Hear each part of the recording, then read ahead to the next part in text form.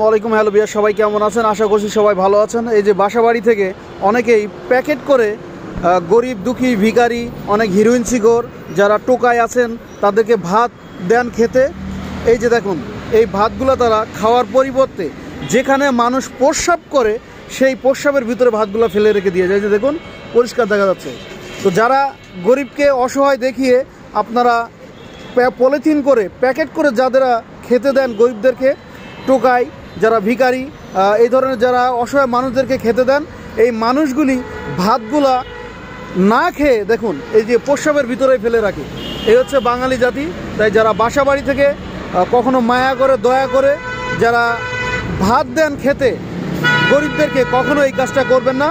কারণ আপনার কষ্টের যে খাবারটা তারা প্রস্রাবের ভিতরেই ফেলবে, কারণ ওদের কাছে কোনো এই খাবারের মূল্য নাই। দেখুন, যেখানে পাবলিক প্রস্রাব করে একদম প্রস্রাবের ভিতরে ভাতটা ফেলে রেখে গিয়েছে।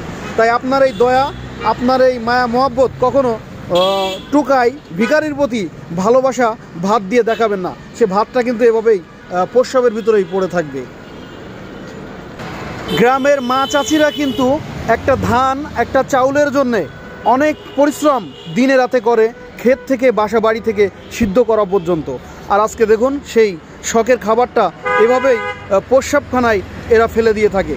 তাই কখনো আপনার পাতিলের ভাত কখনো আপনি এভাবে মানুষকে দিয়ে আপনার মায়া মমতা বোঝাবেন না। বোঝালে আপনার এই কষ্টের পরিশ্রমের ভাতটা কিন্তু প্রস্রাবের ভিতরে এভাবে পড়ে থাকবে। এটাই হচ্ছে বাঙালি জাতি, তাদের নীতি নৈতিকতা ধর্ম এটাই।